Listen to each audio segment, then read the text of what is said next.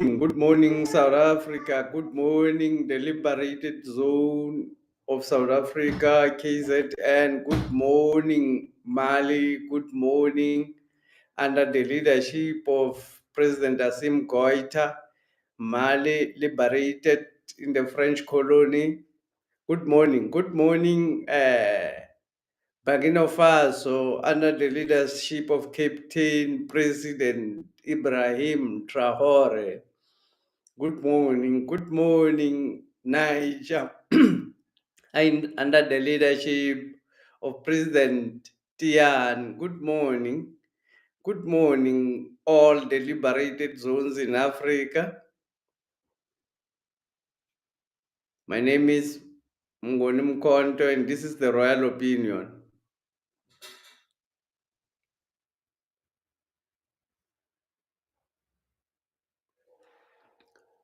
Today we are talking about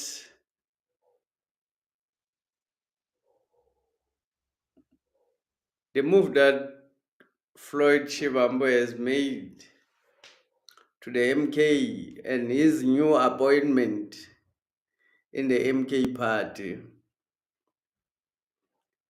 Floyd Shivambu, new appointment in the MK party as the Secretary General. That's what we are discussing this morning. We must say that President Zuma has a very powerful, he's got a very powerful asset in his mind. Very, very intelligent man.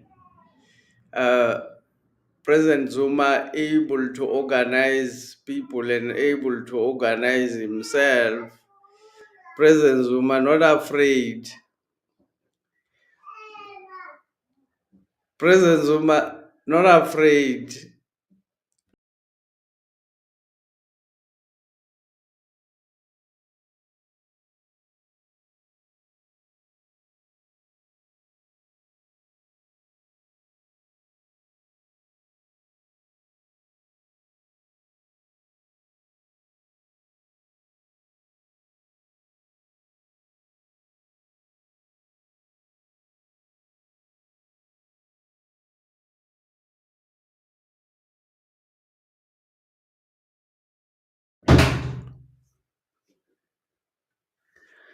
So President Zuma appointed Floyd Shivambu as the General Secretary of the MK party 2 days ago.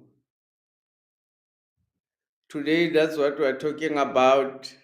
We're talking about discussing whether President Zuma's move to appoint Floyd Shivambu is going to help the MK party. Good morning, Mr. Victor Shongwe. Good morning.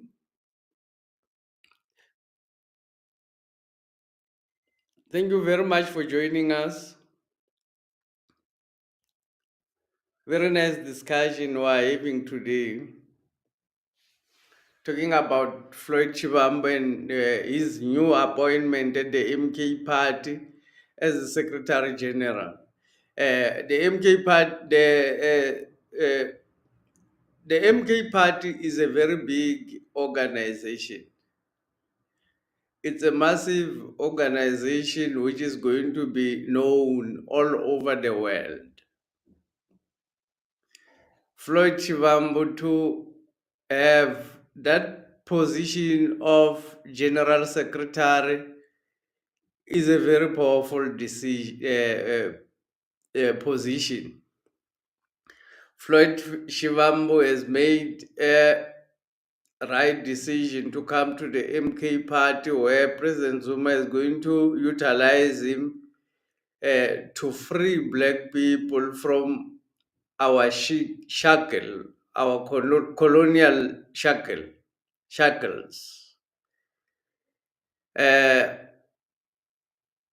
The previous Secretary General appointed by President Zuma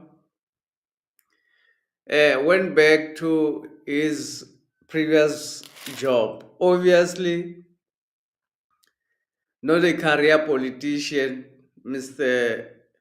Maseko, Dr. Maseko, not Mr. Maseko, Dr. Maseko, who was suspended by the department in Gauteng, by the Department of Health in Gauteng, and who decided to give him back his job.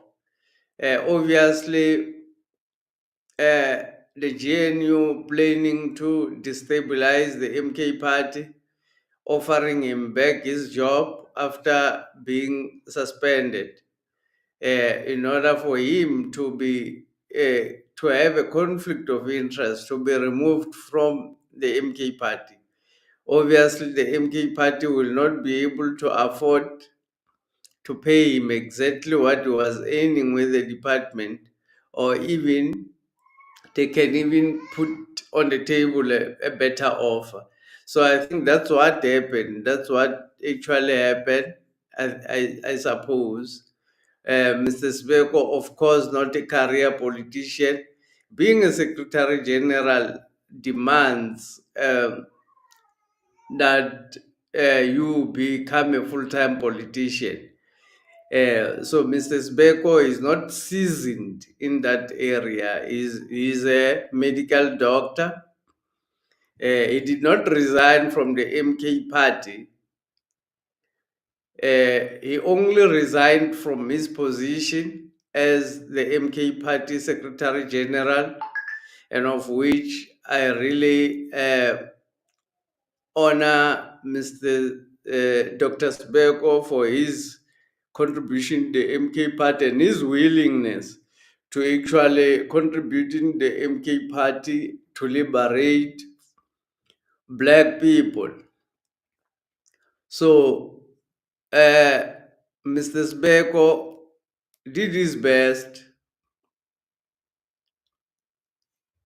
He only held the position for only 4 months, and then it was now President Zuma appointed Floyd Shivambu. Floyd Shivambu is a seasoned politician.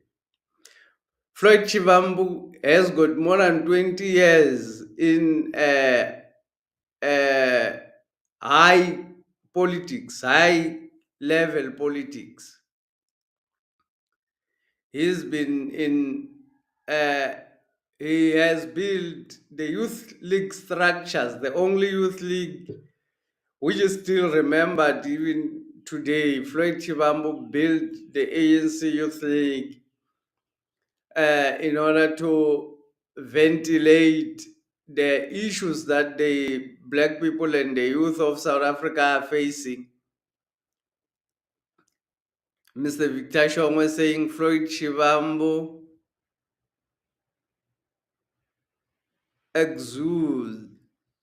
exalts incredible depth in knowledge of global and local socio-economic and political issues. Floyd Shivambu does possess a very wealth of knowledge. He can give lectures. I had Malema giving a lecture the other day. It wasn't a lecture. So Floyd Shivambu is highly knowledgeable. Floyd Shivambu has got the organizational skills that the MK party needs to kickstart the organization, because the organization is still at its implementation stage. It's at its what we call, not implementation, we would say starting. It's at its initial stage.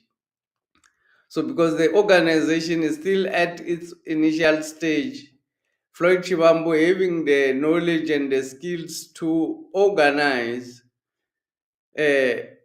first young people Secondly, he's had the experience to organize, to form an organization which includes everybody and which has got a footprint everywhere in South Africa.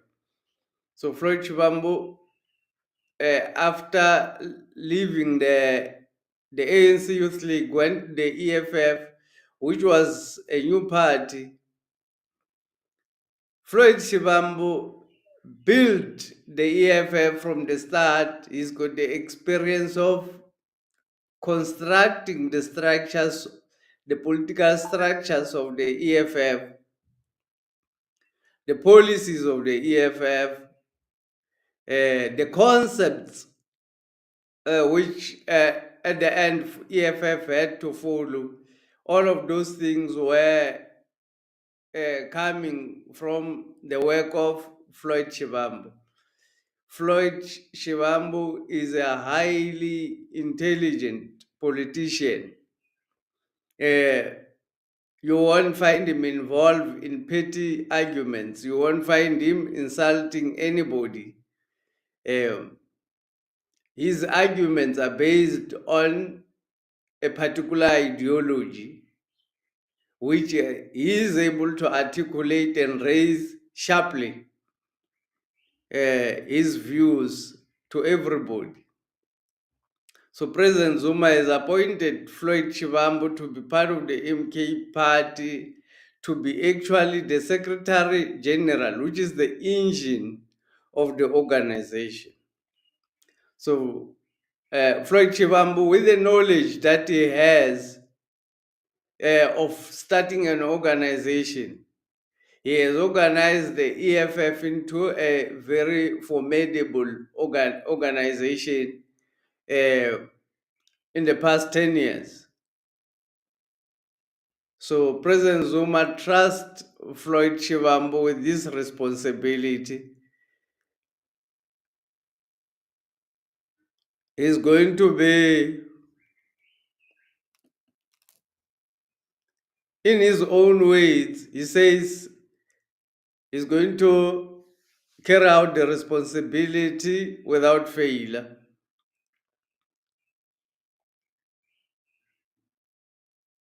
Mr. Shong was saying JZ has expunged the level of tribalism in the MK by installing non-Zulus in key position. I'm even skeptical to discuss that kind of argument. I'm even skeptical because I think it wastes our time. It's what the propaganda want us to discuss something which is not, that it does not exist. They want us to discuss tribalism in the MK party, which does not even exist, which is a creation of the propaganda missions in order to destabilize the MK party, or to keep those who are blind, or to keep those who are blindfolded by the system, to continue to be blindfolded by the system through that propaganda missions. So I think we don't even have to discuss tribalism at the MK party. The spokesperson of uMkhonto weSizwe parties, Nhlamulo Ndlela, the Secretary General of the MK party is Floyd Shivambu.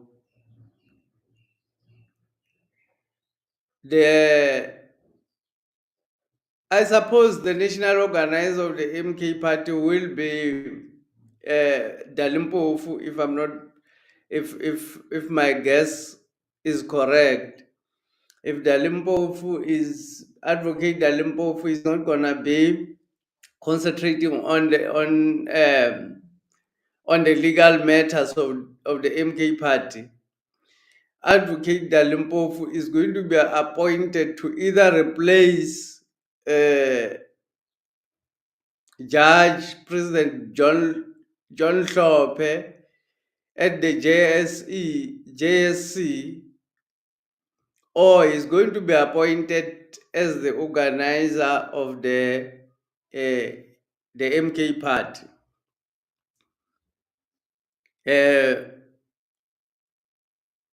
Of course, if all of this does not disturb him representing the MK party in court, if all of those does not impair him, because some strategies need to be rethink and be rethought again and again. So today, let me share this interview.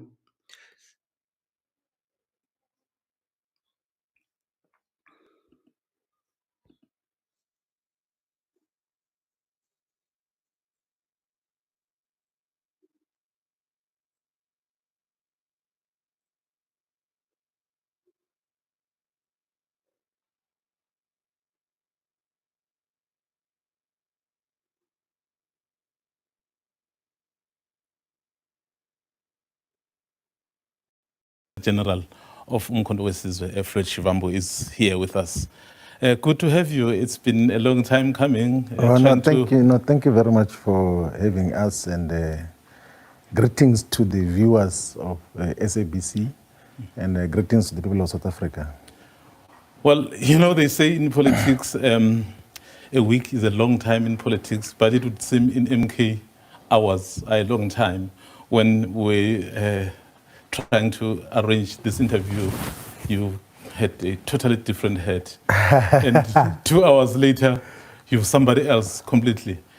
When was this process of appointing you as the Secretary General finalized? No, look, the president of uMkhonto weSizwe always interacts with the national officials who are a recognized structure in the constitution of uMkhonto weSizwe. And then once that process is finalized, then affects the appointment. So the Constitution empowers him to make appointments into the national leadership structures of uMkhonto weSizwe. But there had been discussions before from the president to indicate that now that the Secretary General, Dr. Sfiso Maseko, has to return to work, they might request that we play that particular role in uMkhonto weSizwe party. So it has been a process that has been thoroughly discussed, and we've been mandated, and we're going to fulfill the responsibility with the utmost respect and dedication and focus, and dedicate all our capacity to make sure that we build a stable and sustainable organization that is represented in all corners of South Africa. So that is the process that has been ongoing. The good thing about uMkhonto weSizwe is that none of the internal deliberations will find itself in a public discourse before they are communicated. So only once the decisions have been communicated, you will know the position of uMkhonto weSizwe. Otherwise, before that, the rest of the things just become gossip and speculations. We are a disciplined organization that only communicates collective and sound decisions that are taken by the movement. Yeah. You would agree with me that there's been quite a high turnover of the Secretaries General. I mean, you've just come into this position, so there were so many people before you, and the party is not even a year. So is Floyd Shivambu going to last in this position, or is another 2 months and then you're out, somebody comes in? No, look, I think there has to be context as to understanding that. So, you know, one of the things which we have to say to the people of South Africa is that President Jacob Zuma knows what he's doing in terms of founding this organization. And at the founding stages, when certain things foundationally do not make sense, they have to be changed so that the foundation is not defected, the foundation is not corrupted in the manner that it is. So there have been changes of Secretary General positions 2 times. The other responsibility that was changed was due to the incumbent SG being a member of parliament. And uMkhonto weSizwe, there's a principle that you can't be a member of parliament and be a Secretary General. So when Sihle Ngubane was Secretary General, when he accepted the responsibility of being a member of parliament, he had to vacate the position. And now Dr. Maseko has other obligations as a government employee. But the other changes were due to political considerations to say that these perhaps were not the suitable candidates due to one reason or another. And in terms of the responsibility that we've been given now, there's a clear mandate of what we have to fulfill. And I'm 100% sure that in terms of the expectations, we will be able to optimally and efficiently, effectively fulfill all the responsibilities. Because one of the things that also defines our president of uMkhonto weSizwe party, it's zero tolerance to incompetence, zero tolerance to nonsense, zero tolerance to corrupt individuals and corrupt practices. So whenever people do things that are not mandated and outside of the organization, he takes decision immediately. He doesn't work on these things that were closing ranks even when there's wrongdoing. And I'm 100% sure that I'm not that character that will do wrong things. I'm not incompetent. I'm actually far much more suitable for the responsibility or whatever responsibility that the organization can assign to me. So I think we're in for a long haul in the organization because he will never irrationally take a decision that shifts positions for the sake of it. He does it for sound political, ideological, and organizational purposes and reasons in the manner that it is. So we're here to play the role of Secretary General of uMkhonto weSizwe. You know, as you articulate some of the decisions and your approach, there's a lot of emphasis on the president. One wonders if uMkhonto weSizwe can exist without the main founder, which is the president of it, President Zuma. So this is how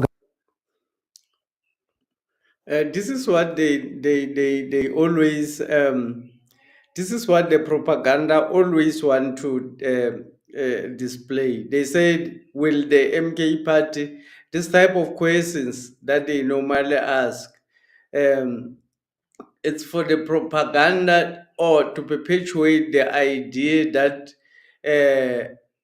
what we are doing or what the MK members are doing, they are following Zuma, and Zuma may not be around anytime soon. What is the problem if President Zuma is not around anytime soon? What is the problem if President Zuma, by God willing or whatsoever, he passed on? What is the problem? Do they think people like Floyd Shivambu, people like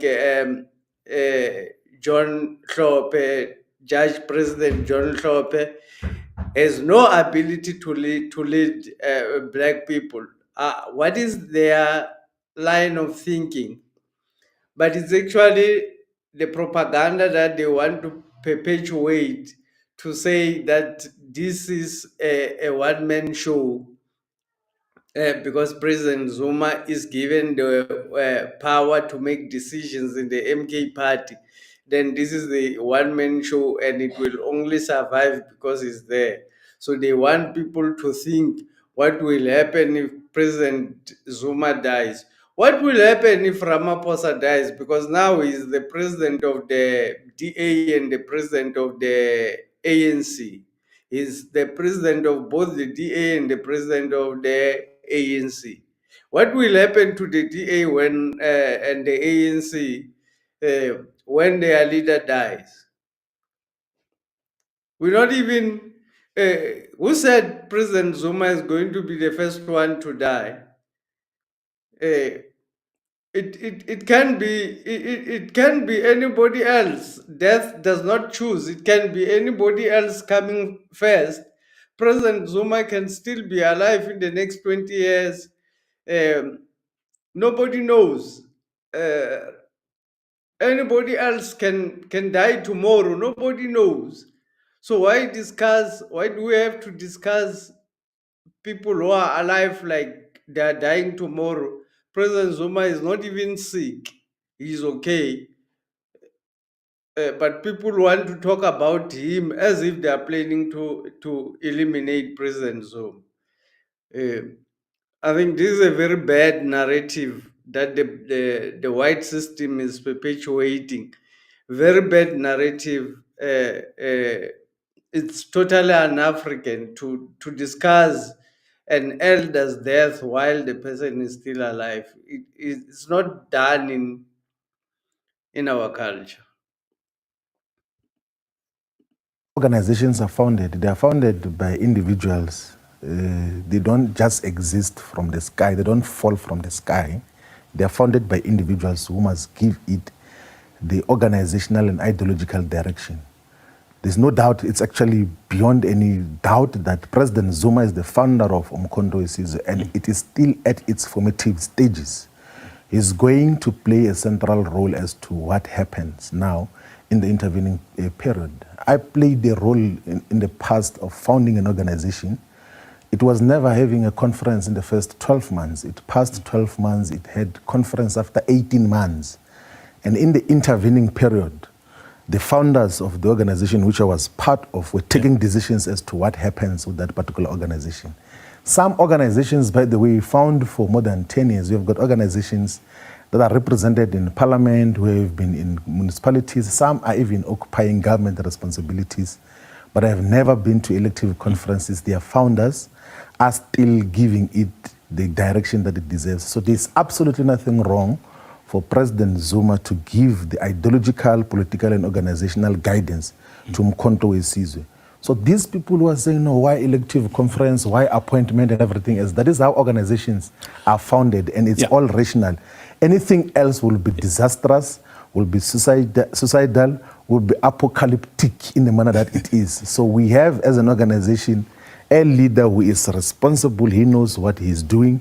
He has got massive experience in terms of organizational leadership. He has been a Deputy Secretary General of the ANC, he has been a chairperson of a province, he has been a Deputy President of an organization, he has been a President of the organization, so he has got profound experience. He knows what works and what doesn't work. Yeah, no, I think I understand that. Yes. But you and I know former President Zuma is not a young man anymore. Yes. And then at some point, some will have to come and take over. In the constitution of the MK party, there's no provision for the elective conference. How do you envisage to navigate that eventuality, that at some point, This question has never been asked to any other organization. It has never been asked to the ANC. It has never been asked to Bantu Olomisa. Buthelezi led the IFP, I think, until he was 90 years old. It has never been asked such a question. He has never been asked such a question.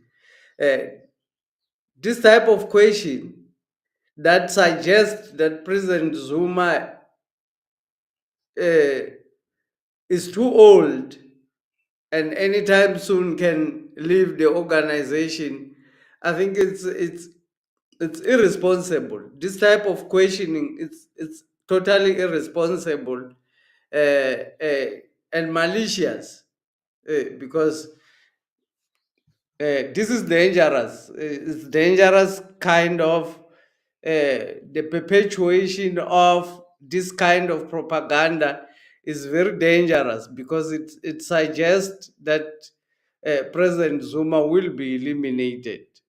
So if you ask this type of questions, then what if it happens that he gets eliminated? We're gonna think that the journalist was also aware that President Zuma will be eliminated. I think this is very bad kind of narrative and very bad kind of questioning.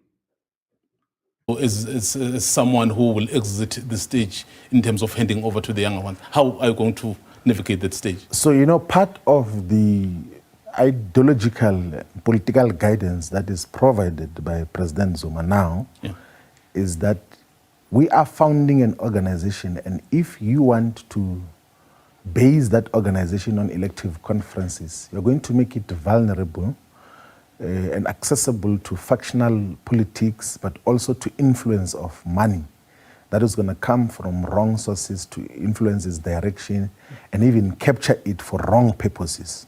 So we're founding the organization based on these principles that are founded in the Constitution in terms of what happens. We are not thinking about the departure of President Zuma because we know he's not about to depart now. He's still strong. He's giving us the political guidance. And once the organization has gained its full traction, it's founded in all the voting districts, in all the wards, in all the sub-regions, regions, provinces. And once it has been able to overcome some of its immediate challenges, perhaps hindsight, or maybe later on, will then be able to reflect as to what do we do differently? How do we constitute the processes of selecting leadership, or do we assign that responsibility to someone else? But that will happen as and when we come across the bridge. We are not obsessed about that particular aspect. The immediate task that we have now, which is defined in the Constitution, is to build the presence of the organization in all corners of South Africa. And my opinion about this, the leadership, the elections of leadership in the party. My opinion is the MK party should not have that election even in the future. The MK party should not have elections even in the future, because what they are trying to avoid now will still exist even in the future. So we should come up with a new system which will not make the party vulnerable to vultures. Because these are vultures, the people who want to come through the name of democracy or elections. I think it should be the president of the MK party should be appointed by a panel of traditional leaders and pastors, traditional healers, a panel of black people who are leading, a panel of people who are leading black people in different areas of life. I think it should be a panel that sits to elect the president, and then the president should appoint everybody in his executive of the MK party. It should, I think, this should be the culture. It should be the culture of the MK party. The president of the party should be given the power to appoint anybody he wants to work with in the organization, and should be given the party to hire and fire. This should be an employment, not a deployment. Anybody else, the only person who should be deployed is the president. All the other people who are working with the president in the organization should be employed, not deployed. To avoid the white system taking over the organization through the back door, through the elections, and through wrong appointments. So the president will be the panel that I'm talking about will be able to remove the president when the president is not doing what they want. They have the power to recall the president. They should have the power to recall the president, and the president should have the power to recall everybody whom he does not want to work with in the organization. So I think the election should actually be totally ignored in the MK party, even in the future.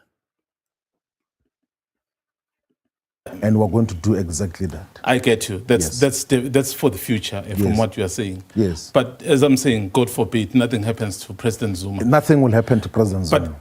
But you and I, so are not God. Yeah, no, yeah. So- Do you know? And we Okay, also, here's what I want to ask. Yes. What if tomorrow something happens? He is incapacitated in one way or the other. How do you then get to we don't work. resolve the We should ask the same question. What if the president of the GNU or the president of the DA and the ANC dies? Why can't you ask the same question? Are they what are they? Are they immortal? Is anybody else immortal? What if Julius Malema dies tomorrow? Is he immortal? Nobody is immortal. We should not ask questions about people who are alive as if like we are planning to kill them. There's nothing like that. President Zuma is okay, and President Zuma will continue to be okay, just like the president of the GNU and or the president of the ANC and the DA party, the combination, the president of that combination is okay. Nobody is asking. He's not any young. President Ramaphosa is not a youth. Even young people, even a 1-year-old dies, and the chances of anybody dying are very high. It's not like President Zuma, all of a sudden, his chances of dying are higher than anybody else in the planet. Now we must question his leadership because he's going to die. When is he going to die? Tell us when is he going to die then. If you know when he's going to die, tell us when is he going to die. What kind of malicious questioning is this? This is totally immoral and totally out of order. You should not ask or anticipate anybody's death in our culture. This is nonsense. the leadership issue? we don't work on those postulations. We are not even working on those postulations. What we know now is that the leadership collective which President Zuma has assembled thus far is a responsible leadership that knows what has to happen, if anything were to happen, and we don't even think about that, by the way. So we've got the responsible and capable leadership that knows that we carry a collective and individual mandates and obligations to build a united organization which is not just pursuing unity internally, but also seek to unite all the progressive forces. So there is absolutely no confusion, and I wouldn't think that we would write a constitution and a framework based on suspicions or superstitions that someone is going to disappear. We know what we're doing. President Zuma is leading us now, and we all of us know, responsibly know, what should happen if you said God forbid, and we say that as well, that, and we know that there's nothing that is going to happen wrong to President Zuma. You know, sitting here. You see, Floyd Shivambu answering him correctly that we're not drafting our policies in the MK party thinking that somebody is going to disappear. That is not how we think in the MK party. That is not the logic that we use in the MK party. We're not thinking or planning our activities based on the thinking that somebody will someday disappear. That's not how the MK party works. For your propaganda, that can work, but for the MK party, it does not work like that. Here listening to you, wearing the green colors, and I mean, you and I so have worked together. Well, together, not necessarily in the same organization. I've been in the media space. You've been in the political space. Yes. So I've been covering you for a long time. So I know how sometimes you viewed matters related to former President Zuma. In fact, I'm reminded of, I think, the 2011 Youth League conference, where I think for the first time you vocalized your view about former President Zuma. I think he was explaining the processes around Libya, and then you were so unhappy.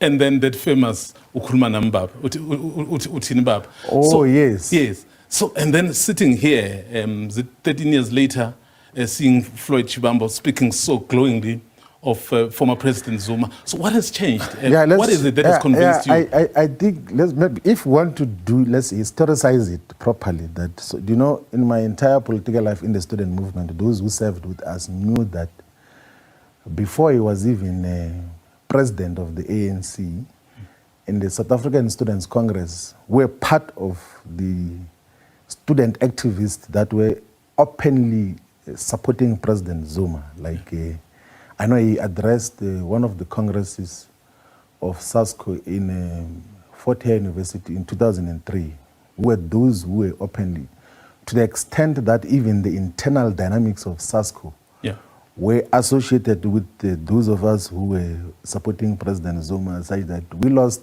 some of the conferences because those who were associated with President Mbeki at that time were dominant in terms of the whole factional dynamics and all of those issues. And then we got elected into the National Executive Committee of the ANC League in 2008. And as part of those who were associated with President Zuma as well, majority of us, if not all of us, were elected into the National Executive Committee of the ANC League in 2008, were in support of President Zuma. Actually, I remember that the first National Executive Committee of the 24th ANC Youth League after the election. Actually, 2011, it's a very long time. The question is what changed? Floyd Shivambu was attacking President Zuma. He did not like President Zuma in 2011. Now it's 2024. It's almost 12 years later. It's 11 years later, or 13 years later. I'm not even sure what number is there. Even if it's the following year, or even if it's the following day, even if today I'm not supporting Floyd Shivambu today, based on the things that he's doing today, but tomorrow I may support Floyd Shivambu based on what he's doing tomorrow. So what is the problem of, like, why do we have to be stagnant in our thinking?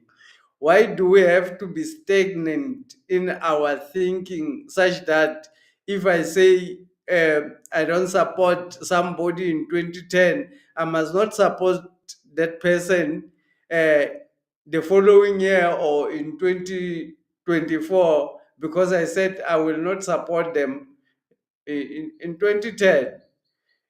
What is change? What is change? Isn't it necessary that people change? Isn't it necessary that even tomorrow, when somebody has changed and done something different from what they are doing, isn't it necessary for us to change and realize that the person has changed now? So you can't say previously I criticized Floyd Shivambu, and this time around I'm not criticizing him. Why should I criticize him even when he's not doing the things that deserve to be criticized, according to my opinion? If my opinion says now President Zuma is wrong, I have to criticize him. If my opinion says tomorrow President Zuma is right, I have to give him the credit. This type of questioning, I really don't understand. It only pushes the propaganda. Immediately we finished, the National Executive Committee went to support him in Maritzburg. I actually gave that recount when we went to support him currently again. And of course, during the tenure of our ANC Youth League, there began to be some political and ideological differences, sometimes which were subjective in terms of how they got to be interpreted, because in all honesty, there was never a time where President Zuma got to interact with the entire National Executive Committee of the ANC. But those who were representing us then came with the report that no, Zuma is selling out, Zuma is doing this, Zuma. And of course, we're under the leadership of whoever was leading us there at that particular moment. And then there was then issue of Julius Malema? Yes, was the president of the ANC at that time. And we've. So what he's revealing here, he's saying there's never been any time when President Zuma was given an opportunity to go and address the ANC Youth League. What they were basing their opinion on,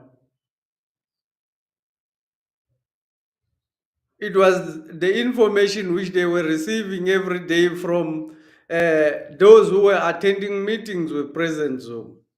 It's very reasonable to understand and to trust the people who are attending the meeting with President Zuma that President Zuma has sold out. President Zuma has never orientated himself towards the West at any given time in his life. During the struggle and during the time when he was president. President Zuma, when he took over as president of the South Africa, went to start BRICS to avoid the West. So President Zuma is not a sellout. He is the true representation of the people. So the characterization that was given to the Youth League Executive Committee by then, by those who were closer to, and of which it was the CIC, Julius Malema, at the moment, who was the one attending the meeting with the president, giving misleading information to the Youth League that President Zuma has sold out, and we know what is the reason. Julius Malema himself has sold out. Julius Malema is compromised. He went to met with the Council of the Queen in London so that he can start the Zuma campaign, remove Zuma campaign. So he is compromised. So he was the one who was misleading the Youth League to believe that President Zuma has sold out, but President Zuma has never sold anyone to the system. Viewed the ANC leadership according to what the leadership was saying, all of us, that no, there's a problem, then it's a problem in terms of how it got to transpire. And then, of course, the issue that you're making a reference to, then there was the issue as to what becomes the approach to the Libya no-fly zone issue, and then there was that difference which got to happen. And with time, you know, I must have to say this much more emphatically that, you know, if you are a honest political leader, you can't be presented with facts and proper historicization of what happened in the past and still want to believe in what you believed in before. I think Franz Fanon calls that a cognitive dissonance, where you just want to believe on one thing even when there are facts that are obtaining differently. What I know about President Zuma now is that he knows where the battle line is drawn. He knows that we are fighting this side as the anti-colonial, anti-racist, anti-neoliberal forces. And he knows who are our friends. That is why even his association with the progressive countries in the world gives testimony to that. There's never been an incident, not even a suspicion once, where President Zuma has been associated with the establishment, or the capitalist establishment, domestically, continentally, and globally. He has always fought on the side of the people. So, and those are the politics that we associate you understand. with. So, in short, you're saying somehow, I think in some platforms you said you had been mobilized against President Zuma. Yes. And then you've just said now, those who were leading you then, who gave you the report. I mean, I cannot think this refers directly to, I mean, your immediate former president, which is Julius What is trying to do, what the propaganda tries to do, is to make Floyd lose focus on his in his interview. They want to make the whole issue to be about him and Julius Malema.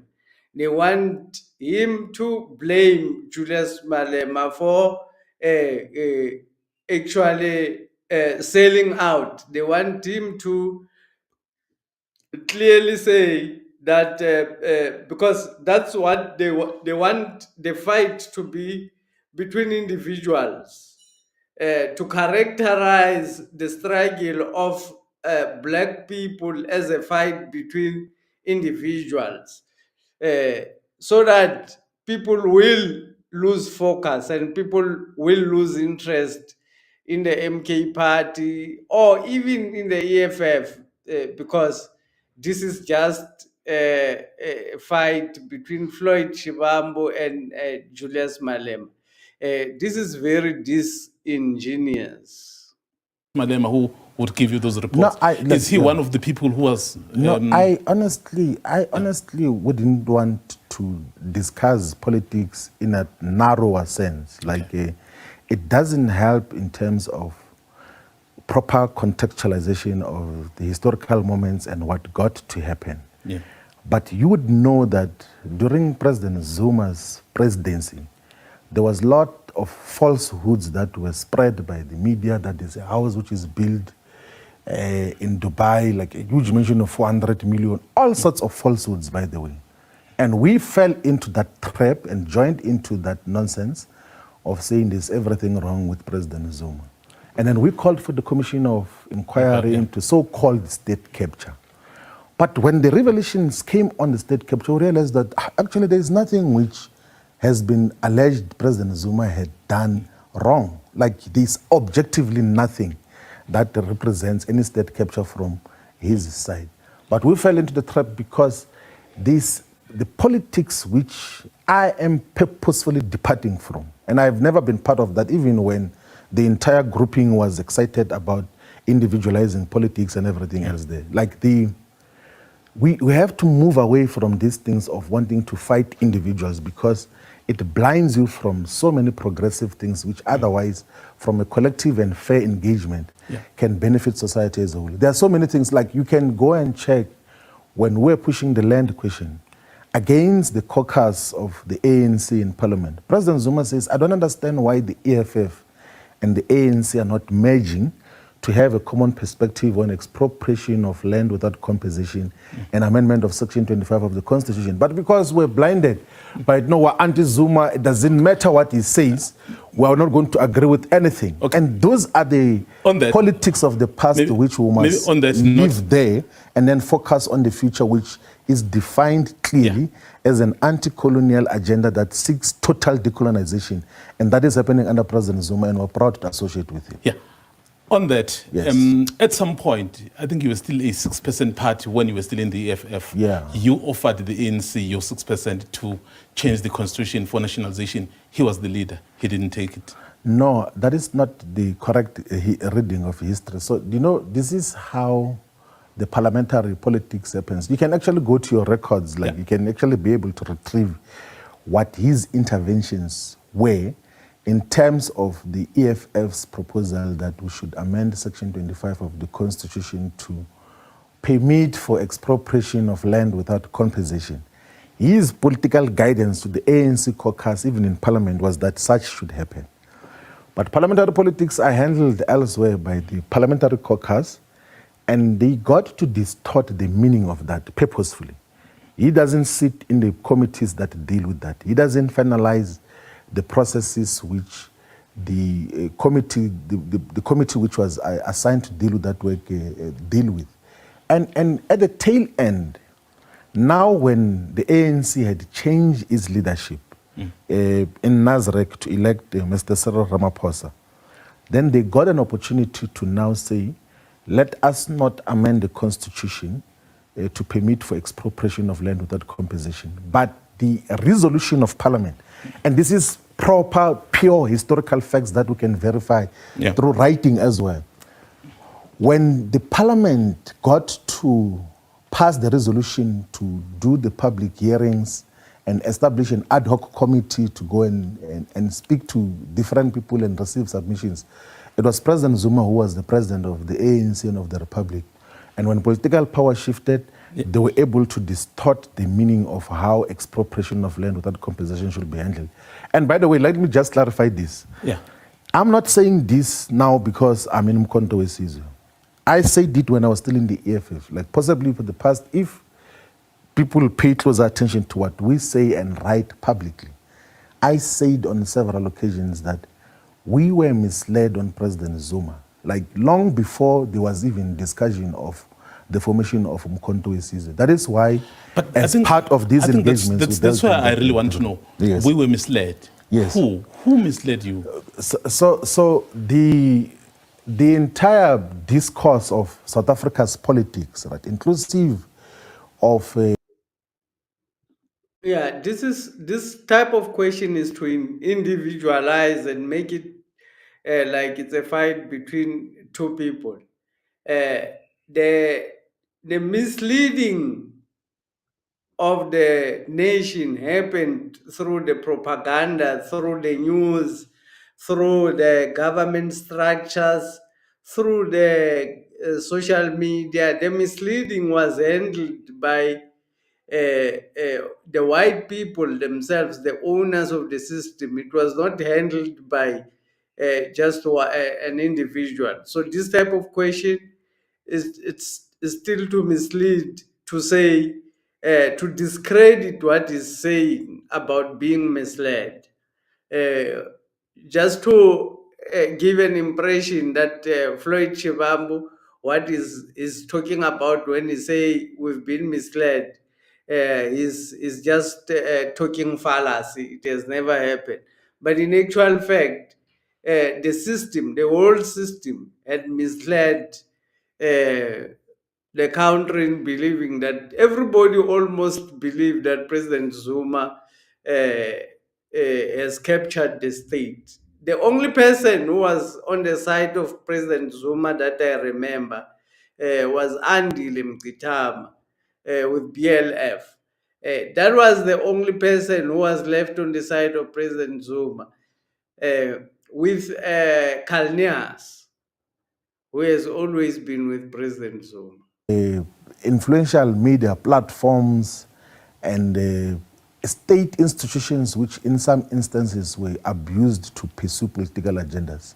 It's not a secret that as public protector, Thuli Madonsela was in pursuit of a narrow political agenda. It also shows with what she got to do and who she got to associate with after her office as a public protector. At that time we thought she's a genuine person who is in pursuit of a genuine agenda, but she was in pursuit of a class agenda which sought to portray President Zuma as corrupt, to portray President Zuma as a person who is not living within the constitution, and she was doing so in protection of the white capitalist establishment. And we somehow fell into that trap, and that is why we supported Thuli Madonsela and said, let's have state capture inquiry and everything else. The inquiry happened. None of those monumental accusations that were made against President Zuma were proven there. Even in his absence, like they couldn't come and say, no, you didn't defend yourself. We've got the evidence that you bought a multi-million mansion in Dubai. You took billions of rands out of the state.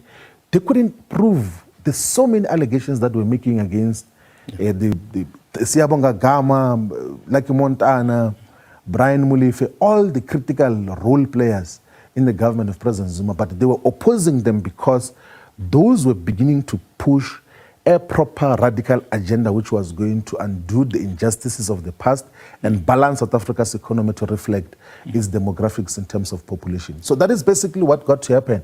And I'm coming back to the same point again, that you can be wise, you can be a normal person when you are presented with clear facts which you verify yourself, and you still continue to believe in what you believed in before. That is called cognitive dissonance. Yes. No, I want to move on to Black Unity and Progressive Forces. Yes. uh, which parties in the country you are looking at working with? The difference between Floyd Shivambu and Julius Malema is President Julius Malema, or the CIC, still maintain his sell-out position. He says they were not misled. Floyd Shivambu is wrong to say they were misled. So they were right about President Zuma. That's why I think that's why, according to him, he does not want to unite his organization, collapse his organization to the MK party. President Zuma uh, is collapsing the EFF into the MK party. Whether the Julius Malema likes it or not, by his doing, by his actions, by his policies, and by his honesty, President Zuma is collapsing the EFF, is taking all the people who are real in the EFF, who really want the freedom of a black person, is taking them into the MK party. Obviously, because the MK party has got more to offer than the EFF in terms of their policies. The MK party has got more to offer than the EFF. Though the EFF policies are that of socialist, Lenin, and communist Russia and China. But the MK party is African. The system in which the MK party wants to implement is the African way of leading people. So there's actually a huge difference between the system that the MK party want to implement and the system that the AFF want to implement. It's very different. The MK party wants black people to own uh, industries. The EFF wants the government to own industries. The MK party wants black people to own banks. The EFF wants to start a state bank. Of course, the MK party wants a state bank, but it also wants black people to own banks, just like white people. The EFF wants to abolish tenders. The MK party wants black people to be given opportunities in government. The MK party wants black people to be given business opportunities to do business with the state.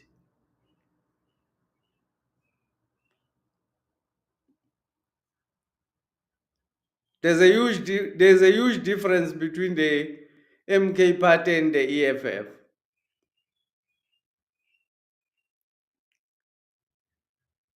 The MK party wants, or the EFF wants to create jobs through state industrialization. The MK party wants to create companies through industrializing black people. There's a huge difference. It's not the same. It's not the same when the state create a slave system where the people are not owners, are only part of the labor force, creating labor for the state and labor for the capital.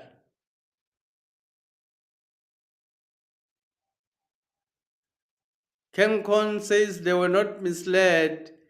They were bought by Lord Renwick. Floyd is lying. If he was misled, then I think he's not intelligent as I thought he was.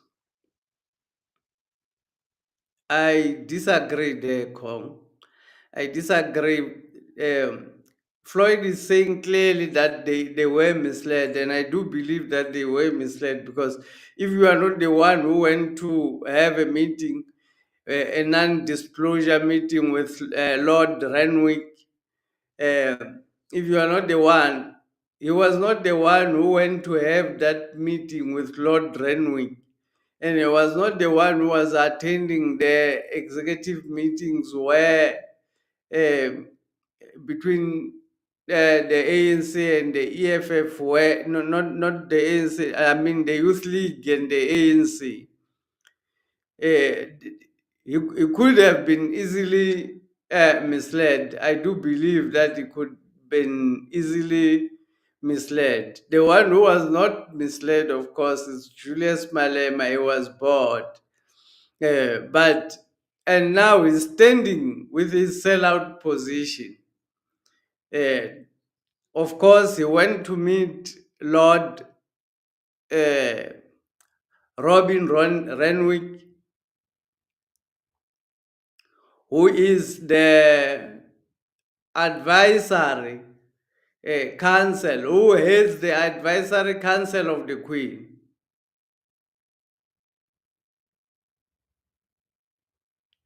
Queen Elizabeth II.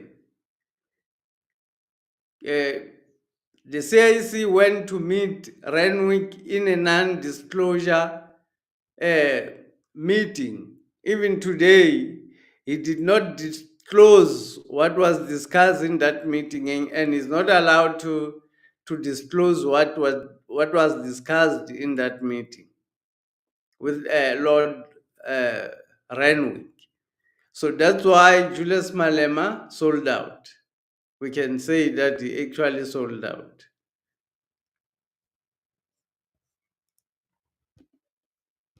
In terms of mobilizing for this big So the unification of the progressive forces, by the way, extends to all the political parties, including the African National Congress, the Economic Freedom Fighters, the Pan-Africanist Congress of Azania, all the progressive political parties. And of course, there are those that have to be rescued, one from their current capture and the ideological misdiagnosis of what constitutes their historical mission, and then purposed differently. Like, so the ANC is still a contested space, and in terms of how it is constituted and its direction now, but the unification of the progressive forces is the unification of all progressive political parties whose umbilical cords are buried in the same yard, and are in pursuit of redress, of anti-colonialism, of anti-racism, of an anti-neoliberal agenda that is dominating the world now. So that is basically what we're in pursuit of.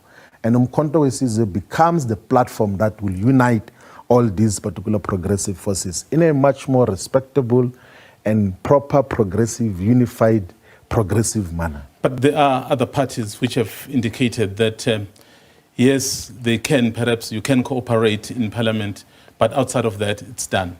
In fact, I think I'm just reminded of the tweet of Julius Malema after Dalimpofu had left, saying, well, he's expecting 2 more to follow. You probably may assist me if you do know who could those be.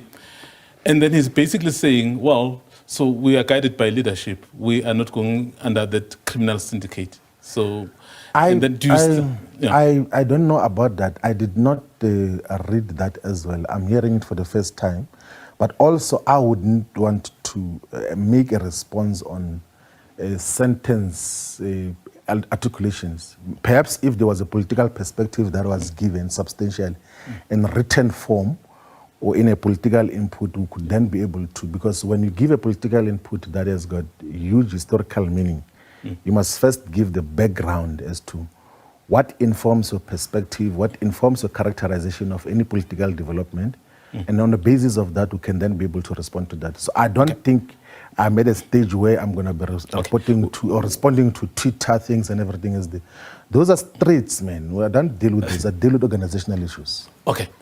After you've left the EFF, we've seen one or two high-profile individuals like Dalimpofu, the recent one, Mkhwebane.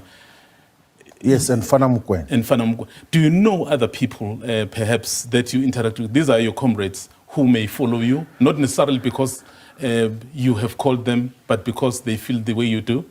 I do not know of any of the leaders of the EFF, of any other political parties, who are going to join uMkhonto weSizwe in the foreseeable future. But if they are there, we encourage them to do so, because uMkhonto weSizwe is a progressive platform. And we are not in the process and in the habit of going to recruit the incumbent leaders of any political organization. They come by themselves. So here in uMkhonto weSizwe, we say that asibabizi bayazizela, they come by themselves. And these are adult comrades who have got proper political history and credentials. They know what they're doing. So to delegitimize and want to rubbish their political decisions out of political consciousness of joining uMkhonto weSizwe is just too low.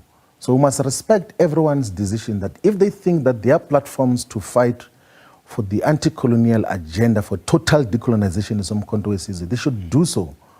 When we were younger, like when I was 30 years old when we started the EFF, because at that time, we thought that the ANC is not a correct vehicle to fight for economic freedom in our lifetime, and went to found the economic freedom fighters.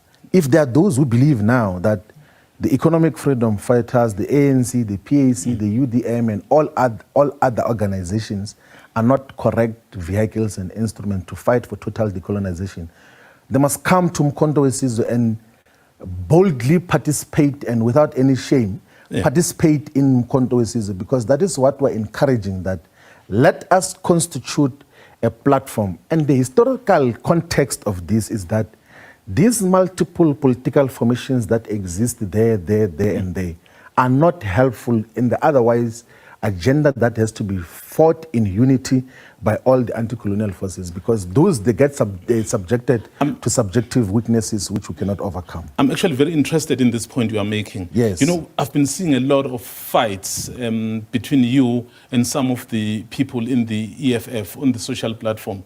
So how are you going to be able to work together with some of those people? I don't fight people on social media. Well, never you actually on Snout, you I honestly, those are kids. We sometimes have to be educated, and we have the patience to educate. I don't have those type of interactions, and live now that I'm Secretary General or National Organizer of uMkhonto weSizwe. Historically, I don't interact in those platforms in a narrow and much more defocused way.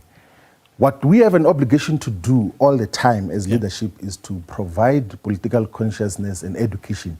And that is what we exactly do. That this is the historical context of what we're busy with, and these are the facts that we're dealing with.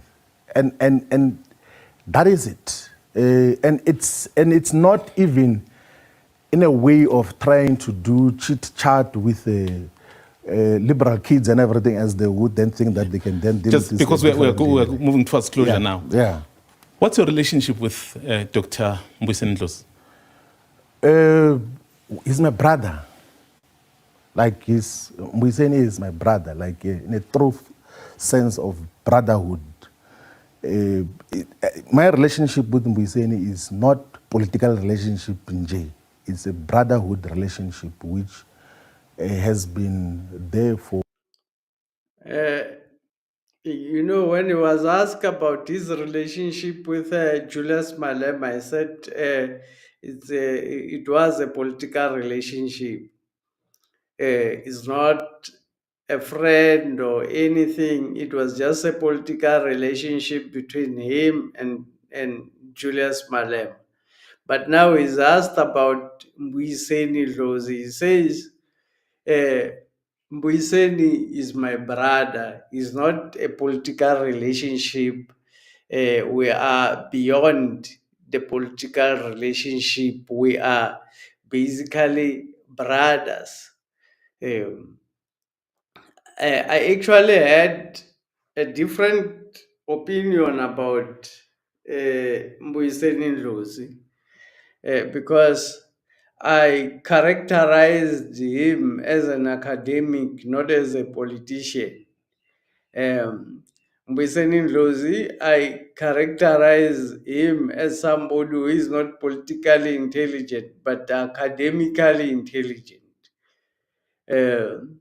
But when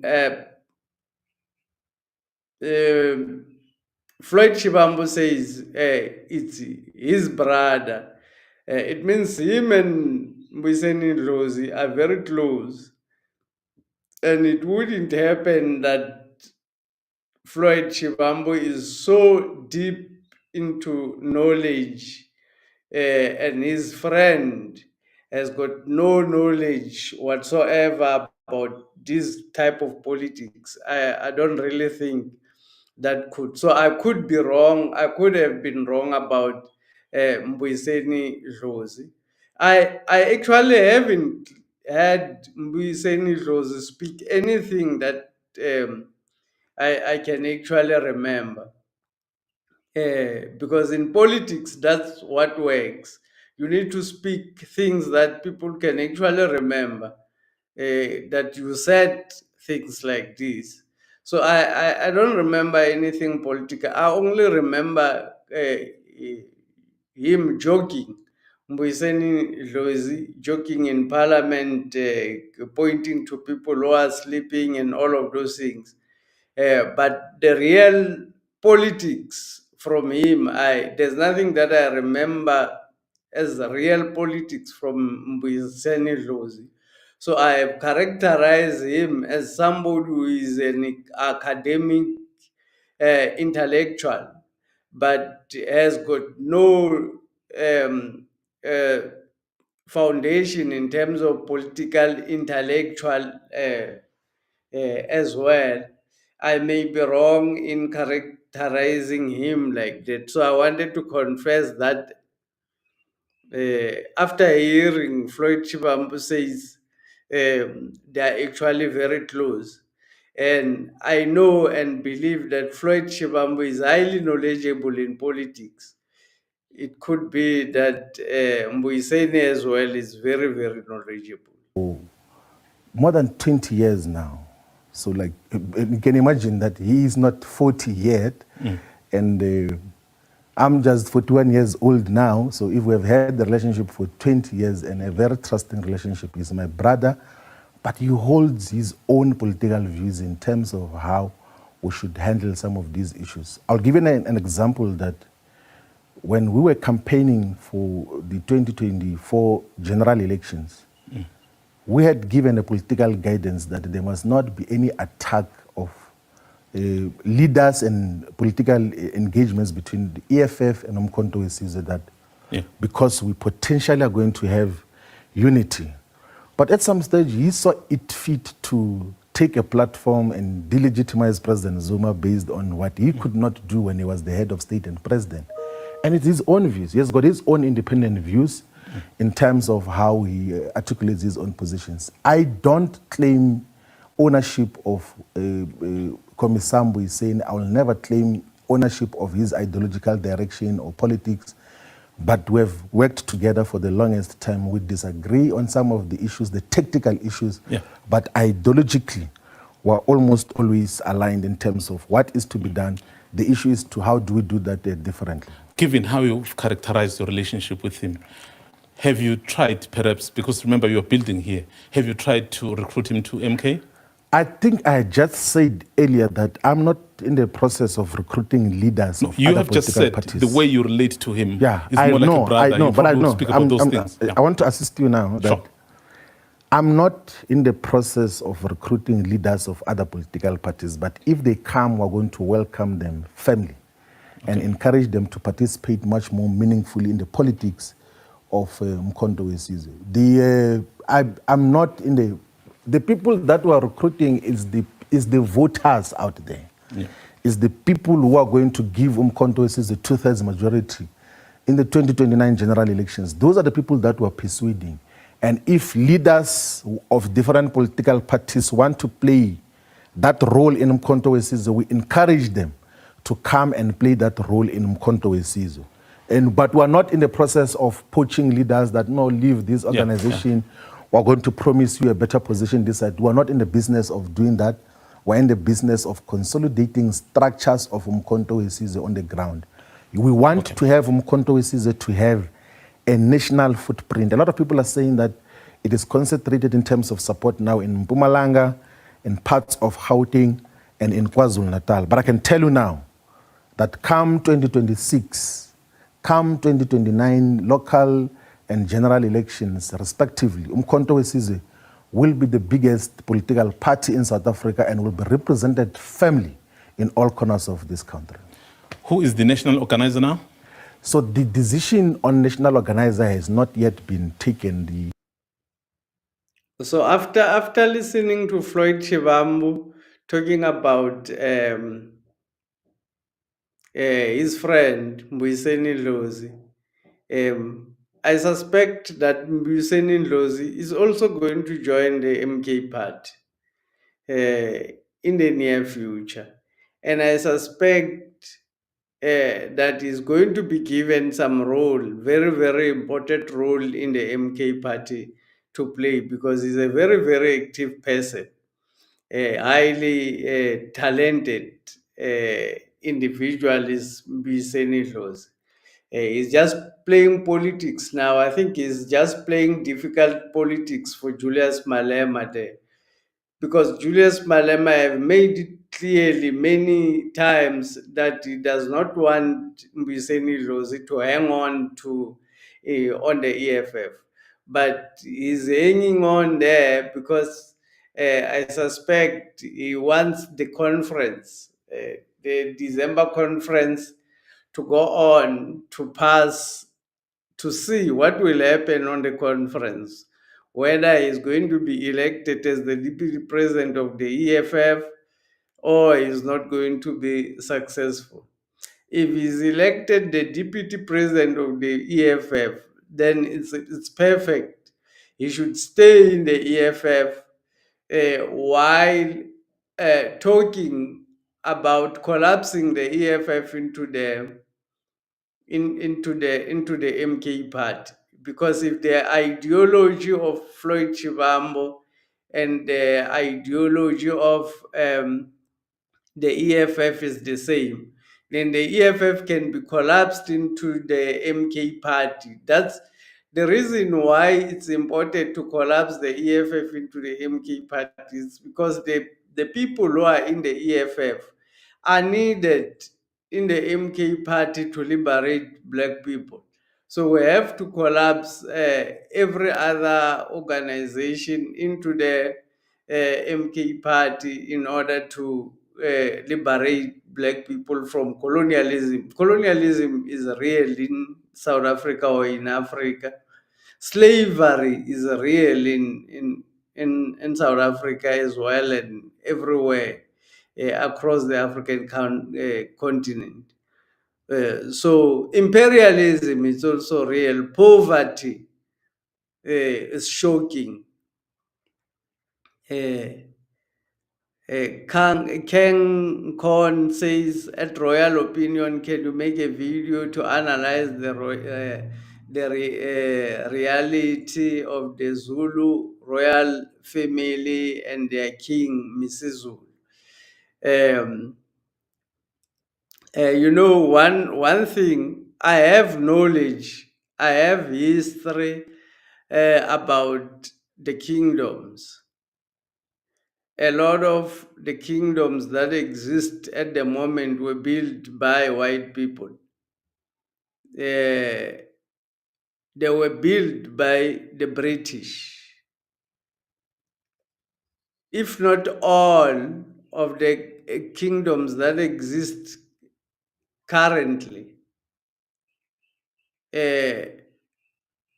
lots of these African kingdoms were built by apartheid.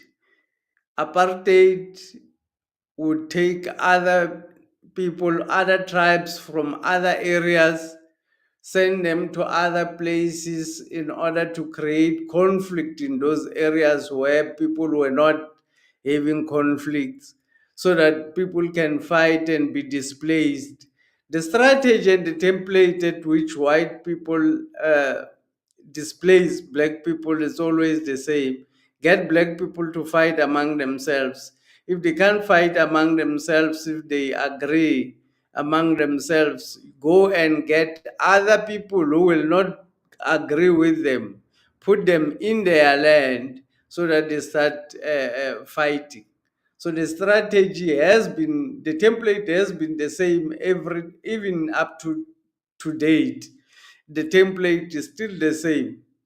Create divisions among black people, make them fight for petty issues, and then continue to mine, continue to take from them while they're actually kicking each other.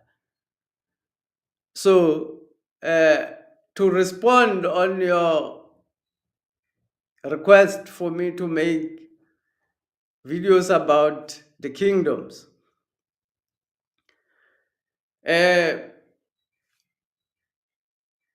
it would cost, if I make any video about the kingdoms and say the truth about the kingdoms, it's not only going to be bad for black people, because I will be exposing black people.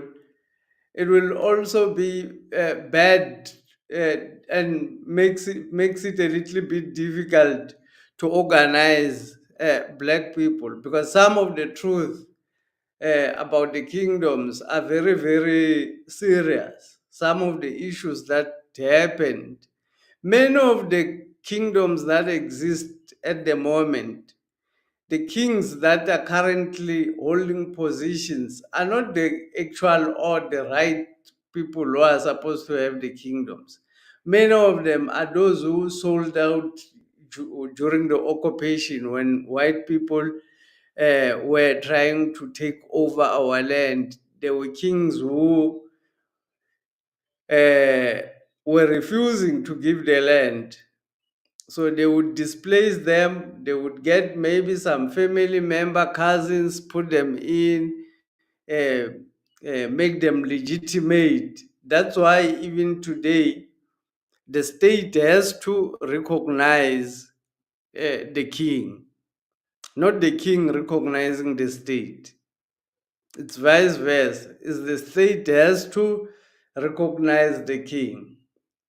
They may refuse to recognize, they have a right to refuse to recognize a particular king. So it means the queen has to recognize the king. So the queen has to allow the king to reign.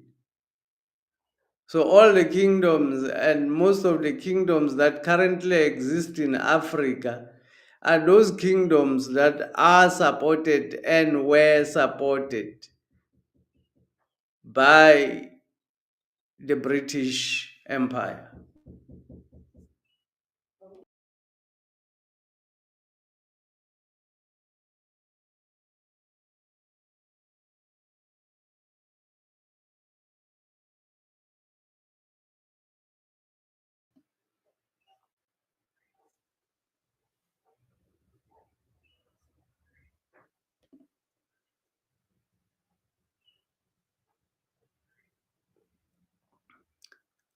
It's pity Juju made the remarks about Rosie's wife being a social media, uploading the departure of Floyd Shivambu.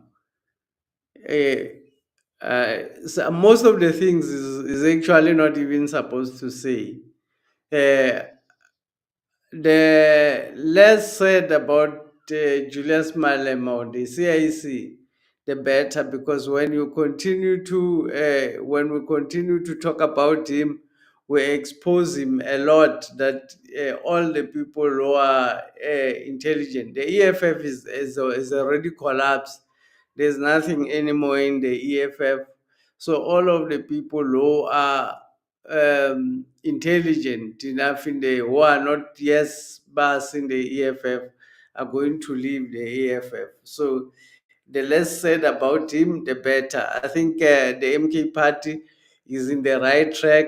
The EFF is getting collapsed because of the ideology and the leadership that President Zuma is providing in the MK party.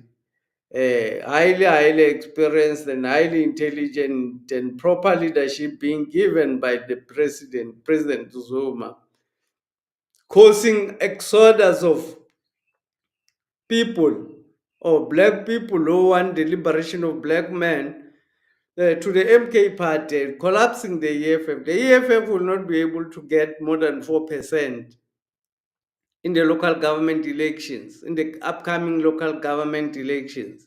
The MK party will sweep everything under the leadership of President Zuma.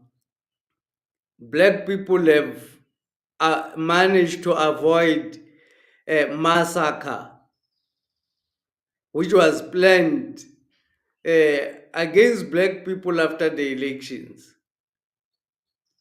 So President Zuma, having the intelligence and the knowledge, saying this time around we're not going to use the gun to take the government, we're going to use the balloon. I did not believe initially that this could be achievable. But now I can see that President Zuma is about to achieve it without a gun. President Zuma is about to achieve it without a gun. I want to thank everybody for joining. Click the like button and subscribe. Those who haven't, those who are coming here for the first time. Thank you everybody for joining our live stream. Join us next time. Click the like button and subscribe and click on the notification bell so that next time you're going to be notified. You're going to be notified when we go live. Thank you very much for joining the live stream. Thank you, Cynthia. Thank you, Mr. Shongwe. Thank you, Mr. Kong. Thanks, everybody who joined the live stream. Everybody should just enjoy the day. We're going to go live. I want to talk about the Botswana president around 1 o'clock. I'll go live, I think at 1:15, where we're talking about the president of Botswana. Very interesting issues that I want to raise there. So please join us there. Thank you very much.